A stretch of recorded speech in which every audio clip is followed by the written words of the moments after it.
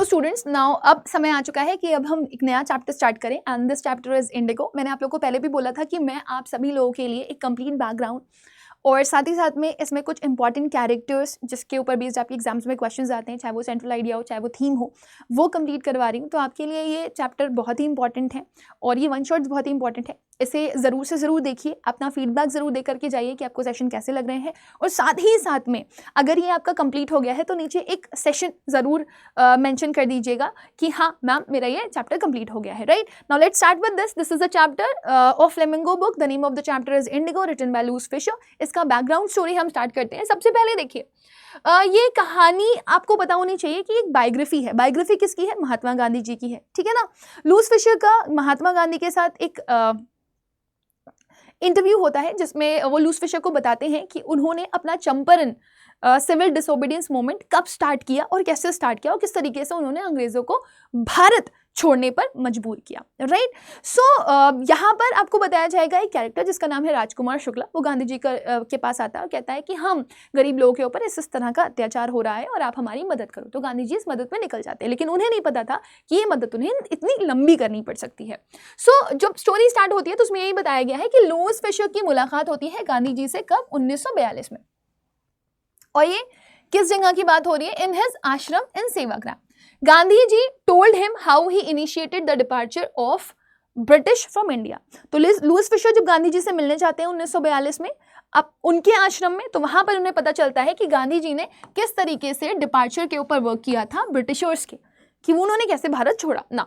He recall that. अब वो imagine कर रहे हैं अपनी बैक स्टोरी क्या क्या हुआ था। तो 1917 की बात है, ठीक है ना। उनको एक रिक्वेस्ट आती है फ्रॉम अ शेयर क्रॉपर जिसका नाम होता है राजकुमार शुक्ला, ठीक है ना। ये चंपारण का शेयर क्रॉपर होता है, वो गांधी जी के पास आता है एक एनुअल कांग्रेस मीट में, क्योंकि उसको किसी ने बताया होता है कि गांधी जी तुम्हारी मदद कर सकते हैं। राइट तो गांधी जी उस समय लखनऊ में थे, वो एनुअल मीटिंग अटेंड कर रहे थे ऑफ इंडियन नेशनल कांग्रेस और वो टाइम था 1916 का। राइट ना 1916 में वो वहां पर उनसे मिलने आया। 1917 में उसने जो रिक्वेस्ट करी उसके बिहाफ पर गांधी जी कहाँ गए थे? चंपारण गए थे।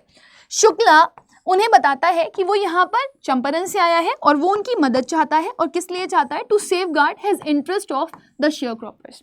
एक्चुअली था क्या कि जितने भी ब्रिटिश लैंड लॉर्ड थे वो क्या करते थे, जो लैंड होता था उस पर 15% एज अ टेनेंट, ठीक है ना, वो इंडिगो की खेती करवाते थे और उसे लेते थे। लेकिन जब उनको पता चला था कि सिंथेटिक इंडिगो जर्मनी प्रोड्यूस करने लगा है तो ये इनके ऊपर कंपनसेशन यानी कि मुआवजा लगाना शुरू कर चुके थे। अब इस चीज को लेकर के बहुत ही डिसहार्टेंड थे शेयर क्रॉपर्स।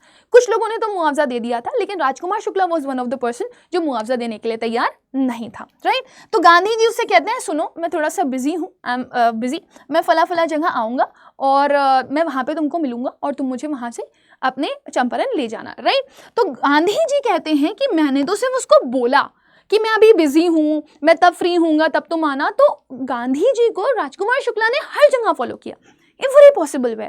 तो गांधी जी कहने लगे अरे वो बंदा तो बहुत रेजोल्यूट था, बहुत डिटरमिन्ड था, बहुत टेनिशियस था, दृढ़ निश्चयी, और मुझे उसकी यही चीज़ भाग गई और इसीलिए मैं उसके पीछे पीछे चल दिया, है ना। जैसे गाना सुनाऊंगा ना आप लोगों ने, दिल तेरे पीछे पीछे चल दिया, वैसे ही गांधी जी के पीछे पीछे कौन चल दिया?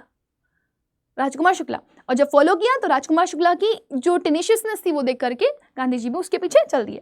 His first impression was actually a kind of last impression for Gandhi ji also.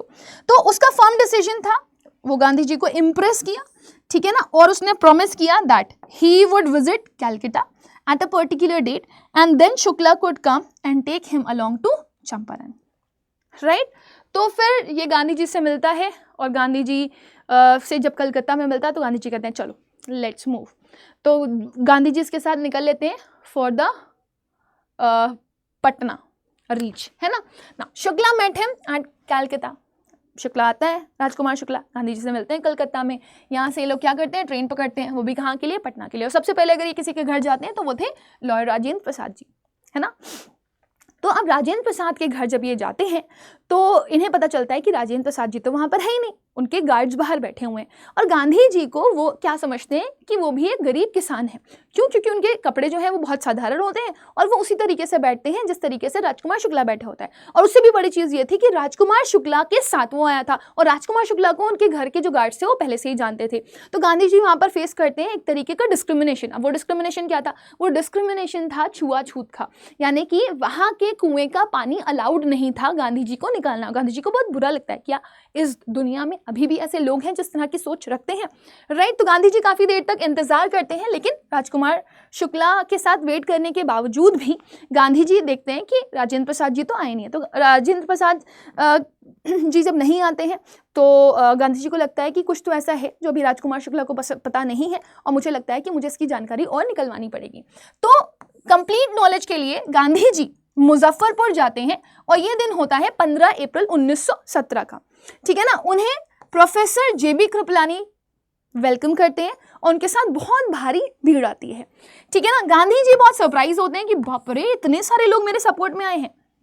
मैं वो इंसान जो एडवोकेट ऑफ होम रूल चाहता है, दैट मीन्स वो नहीं चाहता कि कोई आउटसाइड बंदा उनकी कंट्री में आकर के रूल करे। और उस टाइम पर दिस वाज अ क्राइम, जो भी ऐसी हरकत करता या जो भी इस तरह की चीज़ में इन्वॉल्व होता उसको पनिशमेंट दिया जाता था। तो गांधी जी बहुत हैरान रहते हैं, लेकिन गांधी जी कहते हैं जब इतने लोग मेरे सपोर्ट में आ सकते हैं तो फिर मैं इस चीज़ का फर्म स्टैंड लूंगा ना। He also met some lawyers who were already handling cases of sharecroppers. फिर वो कुछ लॉयर से मिलते हैं और जो ऑलरेडी इन शेयरक्रॉपर्स का केस हैंडल कर रहे होते हैं, लेकिन कोई फ़ायदा नहीं हो रहा होता है, बस कोर्ट के चक्कर लग रहे होते हैं और भारी भारी रकम वसूल की जा रही होती है। तो गांधी कहते हैं नालायकों, तुमने पिटने वाली हरकत करी है, तुमने इतनी गंदी हरकत करी है कि तुम अपने ही गरीब लोगों को प्रताड़ित कर रहे हो, उनके लिए कुछ भी नहीं कर रहे हो। ऐसा कौन करता है? ऐसा तो कोई भी नहीं करता, राइट। अब ये था क्या, वो सुन लीजिए। As per the contract 50% of the peasants land holding was to be reserved for the cultivation of indigo crop which was given to the landlord as rent। तो ये वहां पर एज ए टेनेंट वर्क कर रहे थे और 15% का जो इंडिगो था उनको रेंट के तौर पर किसको देना था? ब्रिटिश लैंडलॉर्ड को देना था। सो ये बहुत ही वियर्ड था ना। The system was very oppressive, ये लोगों को पीड़ित कर रहा था। गांधी जी चाहते थे शेयरक्रॉपर्स की मदद करना। अब गांधी जी ने शेयरक्रॉपर्स की मदद करने के लिए क्या किया? वो कहने लगे पहले मुझे इसकी पूरी अच्छे से मतलब डिटेलिंग पता होनी चाहिए। सो वो कहाँ जाते हैं? वो ब्रिटिश लैंडलॉर्ड एसोसिएशन के पास जाते हैं, लेकिन उन्हें कोई इन्फॉर्मेशन नहीं मिलती है क्योंकि उनको ये बोल करके भगा दिया जाता है कि भाई तू तो आउटसाइडर है, तू क्या करेगा यहाँ पर, right. Then he went to the commissioner of Tirhut division who threatened Gandhi and asked him to leave Tirhut. अब गांधी जी फिर जाते हैं कहाँ पर? तिरहुत डिवीजन पर। वहाँ के कमिश्नर से जाकर के मिलते हैं तो उनसे बोला जाता है, गांधी जी से बोला जाता है बेटा कट लो नहीं तो तुम्हारी हालत बहुत खराब होने वाली है यहाँ पर। मतलब आप समझ रहे हो ना, गांधी जी के लिए इस तरह के वर्ड्स यूज किए जा रहे हैं कि बेटा यहाँ पर तुम्हारा रहना सेफ नहीं है, अगर तुम यहाँ पर रहे तो तुम जेल भी जा सकते हो, तुम्हारा बुरा भी हो सकता है, तो जितना जल्दी हो सके इसको रफा दफा करो। इंस्टेड ऑफ रिटर्निंग, अब गांधी जी भी फर्म थे, कहते मैं वापस नहीं गया, वापस जाने के बजाय मैं कहाँ गया? Motihari, which is the capital of Champaran, right. यहाँ पर उन्होंने कंप्लीट इन्फॉर्मेशन गैदर करी इंडिगो कॉन्ट्रैक्ट के बारे में और फिर उसके बाद बहुत सारे लॉयर्स ने उनको क्या किया? अकम्पनी किया, मतलब दे वर इन सपोर्ट ऑफ दैट। फिर एक दिन, ठीक है, वो रास्ते में जा रहे थे, उनको पता चला कि किसी गरीब किसान को बहुत बुरी तरीके से मारा गया है, माल ट्रीट किया गया है, ठीक है ना। तो गांधी जी जाते हैं उसको देखने के लिए, तो उनको फिर रोक लिया जाता है और उनको रोकने वाला एक पुलिस सुपरिटेंडेंट होता है। तो जब गांधी जी को रोका जाता है, पुलिस सुपरिटेंडेंट का मैसेंजर, सॉरी, ठीक है ना, तो वो क्या करता है? वो एक नोटिस देता है, उसमें लिखा हुआ होता है कि भैया आप यहाँ रुको मत, नहीं तो आपको बहुत भयंकर वाली पनिशमेंट मिल सकती है।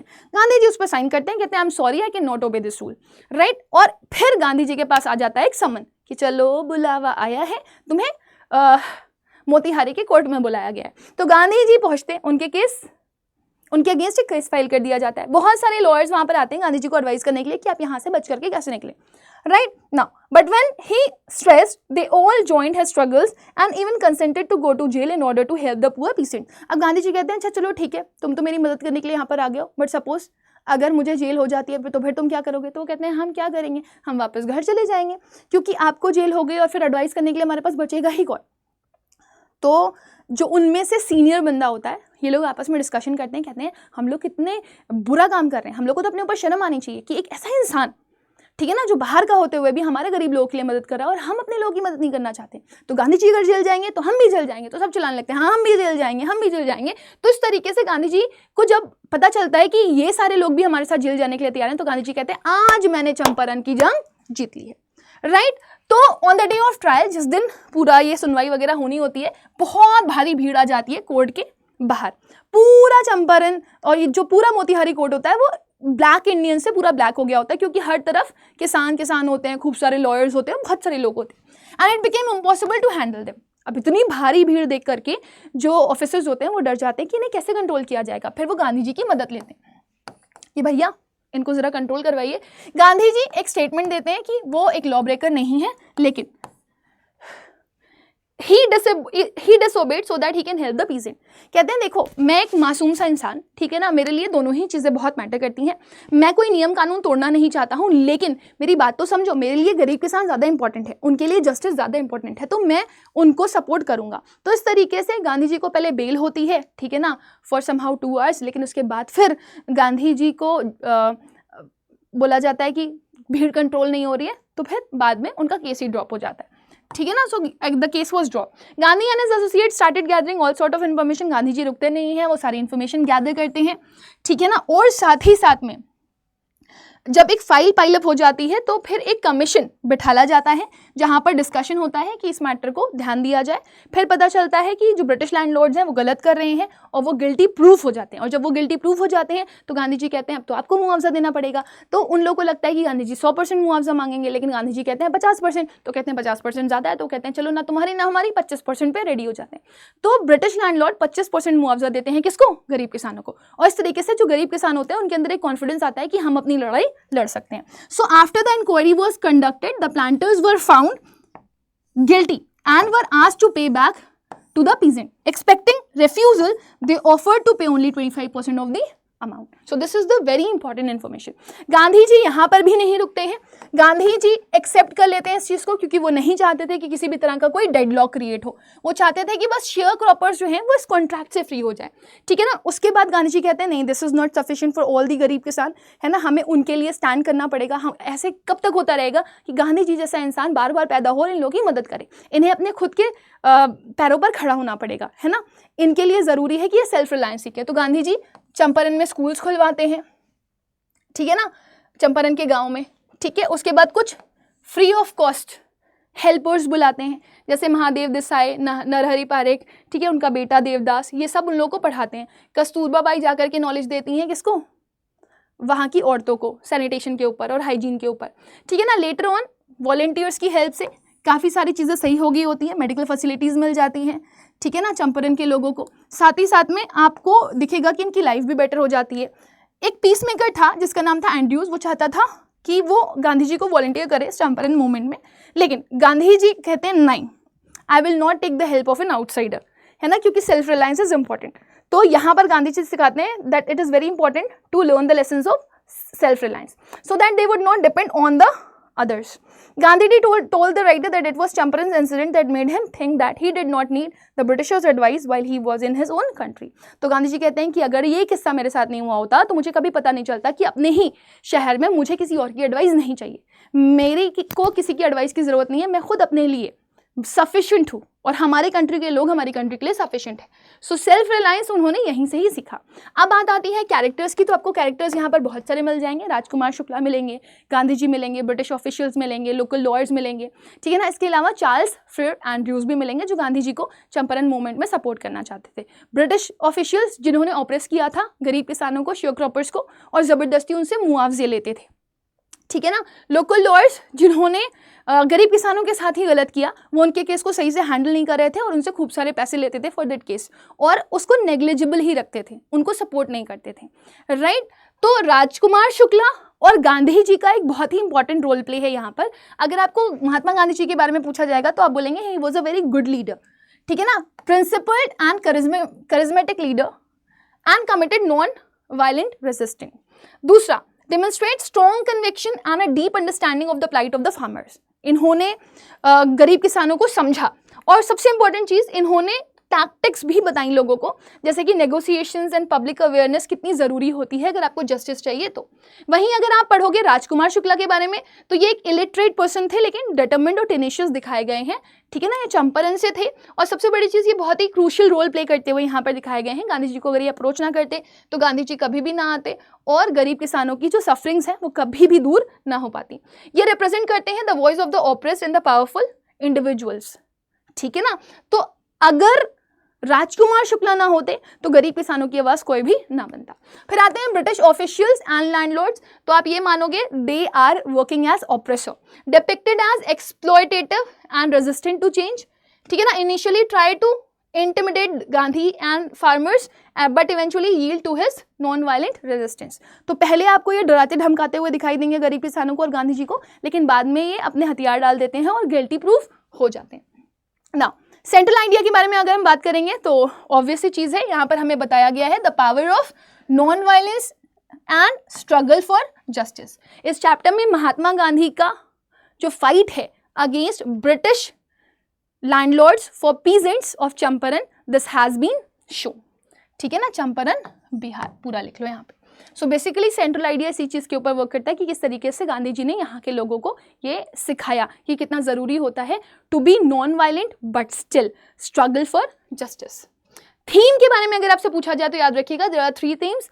पहला थीम है यहाँ पर सिविल डिसोबीडियंस और नॉन वायलेंस कितना ज़रूरी है, गांधी जी ने इसका यूज़ किया और लोगों को जस्टिस दिलाया गरीब किसानों को। Self reliance is very important, अगर आप आत्मनिर्भर नहीं हो तो हमेशा आपको दूसरों का सहारा लेना पड़ेगा और आपको पता नहीं है कि दूसरा कब दगा कर जाए।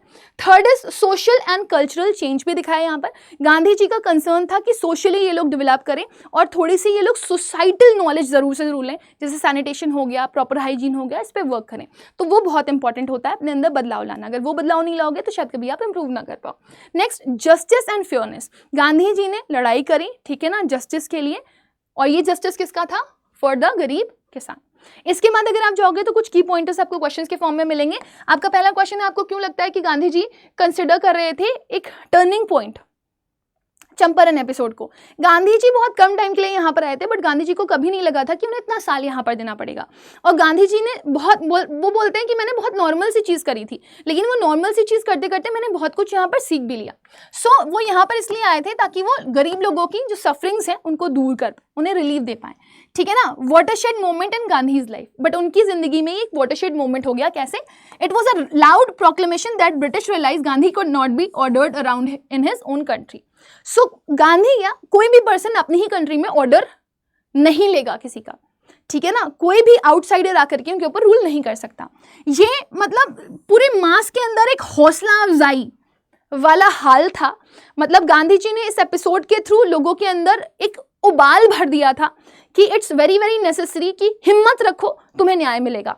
और सबसे बड़ी चीज कि it led the ground work for the non cooperation as a new tool for fighting the British tooth and nail. अगर आपको किसी से लड़ना है तो आप नॉन वायलेंस के साथ भी लड़ सकते हो, मतलब बिना मारपीट के भी, सत्य और अहिंसा के पग पर चल करके। नेक्स्ट क्वेश्चन है जो बहुत ही इंपॉर्टेंट है, थोड़ा सा लॉन्ग है। गांधी जी की loyalty was not a loyalty to abstractions, it was a loyalty to living human beings. Why did Gandhi continue his stay in Champaran even after indigo sharecropping disappeared? तो गांधी जी की जो लॉयल्टी थी वो लॉयल्टी सिर्फ ऐसे ही दिखावे के लिए नहीं थी, बल्कि उन लोगों के लिए भी थी जो जिंदा लोग थे, जो एक्चुअली में चाहते थे कि गांधी जी उनकी मदद करें। तो आपको इसके ऊपर बोलना है कि गांधी जी के बारे में आप ये कैसे कह सकते हो कि उन्होंने बाद में भी लोगों की मदद करी। सो सबसे पहला पॉइंटर आपको याद रखना है, गांधी जी की लॉयल्टी ह्यूमन बींग्स के लिए थी, दिस वॉज ट्रू, है ना।